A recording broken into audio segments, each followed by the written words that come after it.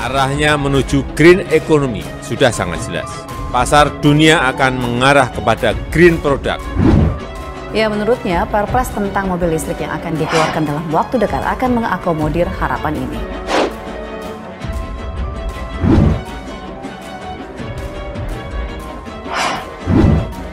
Masa pakainya juga terus bisa dimodifikasi atau bisa diperbarui. Jadi saran saya, apalagi di tengah kondisi resesi ekonomi sekarang ini, Demokrat dalam hal ini berpaling.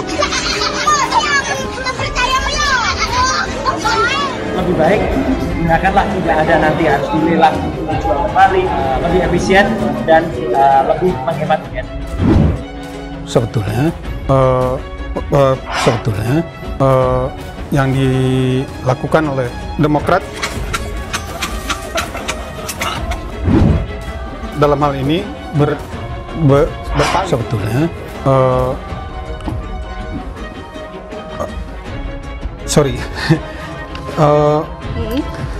Tuh Panji, hati-hati kau Panji. Ini diton ratusan juta rakyat Indonesia. Iya. Ya.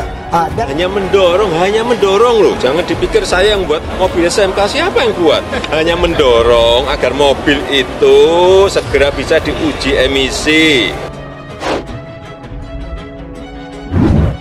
Cendekiawan Muslim Ayang Utriza melontarkan sindiran kepada politisi Partai Demokrat Cipta Panca Laksana.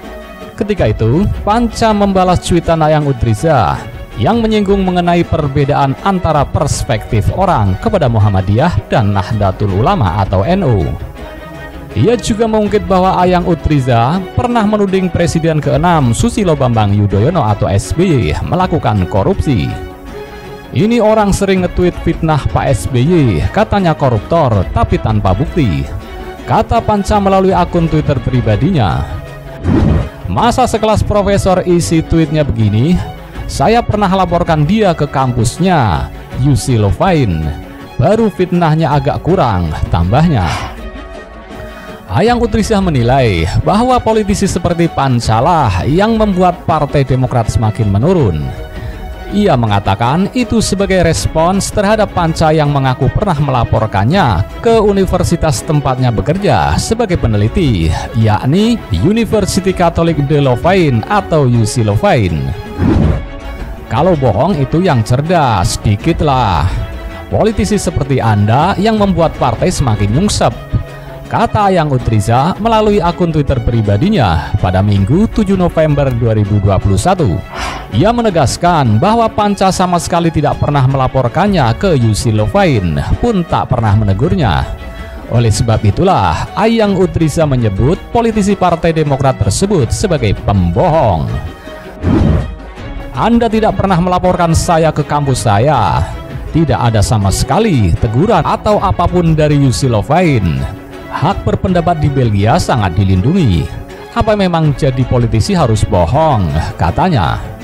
Adapun cuitan Cipta Panca Laksana yang dibalas Ayang Utriza dicuitkan pada Sabtu 6 November 2021.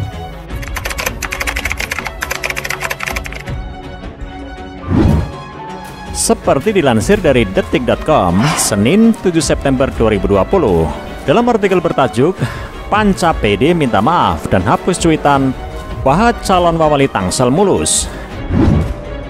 Diberitakan, cuitan Pahat calon wakil wali kota Tangsel itu mulus banget dari elit Partai Demokrat atau PD, Cipta Panca Laksana viral dan menuai kontroversi di media sosial.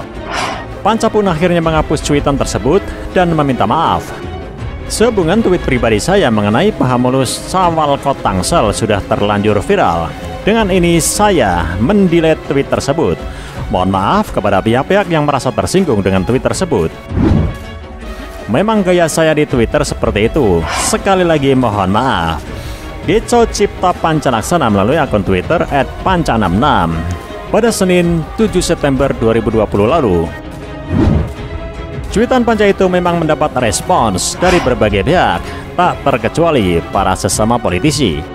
Panca mengaku menghapus cuitan bukan karena ada teguran dari DPP Partai Demokrat. Panca juga menjelaskan alasannya menghapus cuitan soal Pahat calon wakil wali kota Tangsel itu. Salah satu alasannya yakni karena menimbulkan persepsi yang macam-macam. Karena viral dan menimbulkan persepsi macam-macam, maka saya putuskan untuk mendelete tweet dan minta maaf atas tweet tersebut, terang Panca. Seperti diketahui, cuitan Cipta Pancalaksana yang di-retweet oleh Saididu viral. Panca memang tidak menyebutkan nama dalam cuitannya itu, tapi banyak netizen yang mengasumsikan cuitan tersebut ditujukan kepada calon wakil wali kota Tangsel, Rahayu Saraswati. Karena kandidat bakal calon wali kota Tangsel semuanya adalah lelaki, kecuali Rahayu. Paha calon wakil wali kota Tangsel itu mulus banget. Demikian cuitan Panca pada akun Twitternya @panca66 seperti lihat Sabtu 5 September 2020. Panca pun akhirnya angkat bicara soal cuitannya itu. Menurut Panca, cuitannya itu tidak ditujukan untuk siapa-siapa. Tidak ditujukan ke siapa-siapa. Toh saya tidak menyebut nama siapa-siapa, kata Panca melalui pesan singkat Minggu 6 September 2020. Menanggapi pengakuan Panca, Rahayu Saraswati atau Sarah menilai penjelasan Panca soal paha calon wakil wali kota Tangsel itu mulus banget, tidak masuk akal. Menurut politikus Gerindra itu, cuitan Panca sudah jelas ditujukan kepadanya yang merupakan bakal balon wakil wali kota Tangsel. Mungkin kurang masuk akal ya. Menurut saya karena jelas yang disebut adalah calon wakil wali kota Tangsel jadi spesifik, kata Sarah melalui pesan singkat Minggu 6 September 2020. Nah, masihkah Panca atau politisi Demokrat lainnya akan terus nyinyir SMK lalu melupakan mulusnya paha Sarah? Kita cuma bisa tertawa saja. Hahaha.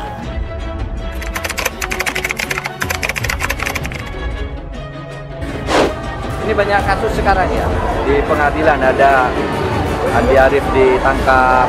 Saya menyerukan agar polisi itu bertindak profesional.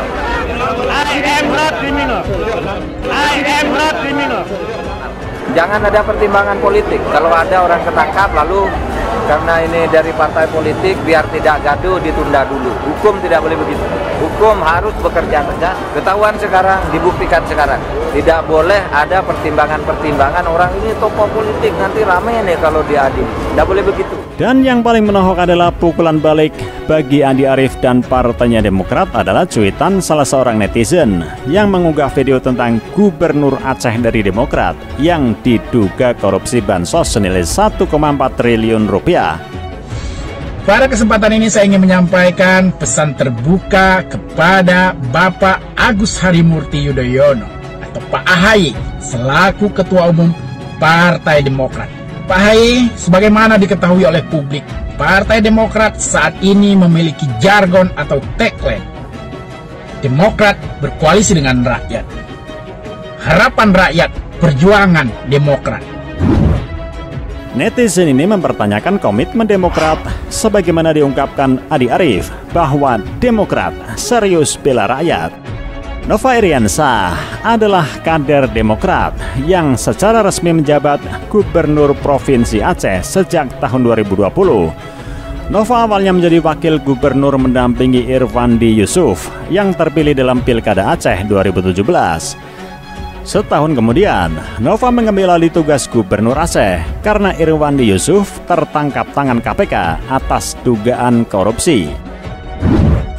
Dilansir dari tagar.id, masyarakat pengawal Otsus atau MPO Aceh melaporkan Gubernur Aceh Nova Iriansyah kepada Presiden Joko Widodo. Nova dilaporkan karena diduga hingga saat ini belum menyalurkan dana bantuan sosial atau bansos senilai 1,5 triliun rupiah kepada rakyat Aceh yang terdampak pandemi COVID-19. Surat bernomor 017-MPO-B-SLP-11 Romawi 2020 itu juga ditembuskan kepada Menteri Dalam Negeri RI, Menteri Keuangan RI, Ketua Tim Penanganan COVID-19 Pusat dan Ketua DPR Aceh. Koordinator MPO Aceh, Saktia Merizal menyebutkan, dana bansos tersebut telah ditetapkan dalam Peraturan Gubernur atau Pergub nomor 38 tentang perubahan penjabaran APBA 2020 atau refocusing APBD pada tanggal 15 Juni 2020. Padahal tahun anggaran 2020 hanya tersisa kurang dari 1,5 bulan lagi, ujar Sakya dalam keterangannya pada Tagar, Selasa 17 November 2020 silam. Akibat tak disalurkannya dana tersebut, kata Sakya, banyak rakyat Aceh terdampak COVID-19 di luar penerima bansos dari pemerintah pusat atau PKH dan BST, dan dana desa mengalami kesulitan hidup, sehingga membuat daya beli masyarakat semakin menurun dan kondisi perekonomian rakyat di seluruh pelosok Aceh kian terpuruk. Selain itu, katanya, kebijakan tersebut juga akan berakibat terjadinya potensi mega silpa hingga triliunan rupiah pada APBA 2020. Hal ini sangat kontraproduktif dengan kebijakan Presiden Jokowi yang mendorong percepatan realisasi anggaran dalam rangka percepatan pemulihan ekonomi nasional. Padahal pada tahun anggaran 2020 hanya tersisa kurang dari 1,5 bulan lagi. Menurut Sakya, tindakan Gubernur Aceh sebagai wakil pemerintah pusat tersebut secara gamblang telah mengangkangi Undang-Undang Nomor 2 Tahun 2020, Instruksi Presiden Nomor 4 Tahun 2020, Perpres Nomor 54 Tahun 2020, Instruksi Mendagri Nomor 1 Tahun 2020, Permendagri Nomor 20 Tahun 2020, dan SKB Mendagri Menkeu Nomor 119/2813/SC Nomor 177/KMK.07/2020. Kata Sakya, kebijakan pembatalan penyaluran bansos ini juga berdampak memperburuk citra pemerintah di mata rakyat Aceh.